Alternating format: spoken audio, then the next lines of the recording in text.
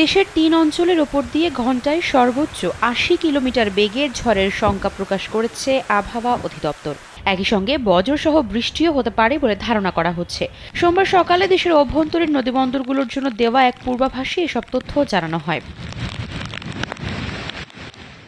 পূর্বাভাসে বলা হয়েছে, ময়মনসিংহ এবং সিলেট অঞ্চলসমূহের ওপর দিয়ে পশ্চিম অথবা উত্তর পশ্চিম দিক থেকে ঘণ্টায় ৬০ থেকে ৮০ কিলোমিটার বেগে বৃষ্টি অথবা বজ্রসহ অস্থায়ীভাবে ঝোড়ো হাওয়া বয়ে যেতে পারে। তাই এসব এলাকার নৌবন্দরগুলোতে ২ নম্বর হুঁশিয়ারি সংকেত দেখাতে বলা হয়েছে।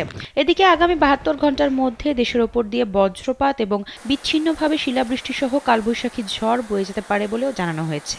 এছাড়া দেশের ৮ বিভাগে টানা ৩ দিন বৃষ্টিপাতে তাপমাত্রা কমারও পূর্বাভাস মিলেছে। ওয়ালটন ফ্যানের অ্যারোডাইনামিক ব্লেড ঘরের কোনায় কোনায় ঠান্ডা বাতাস ছড়িয়ে হাওয়া বদলে নেয়।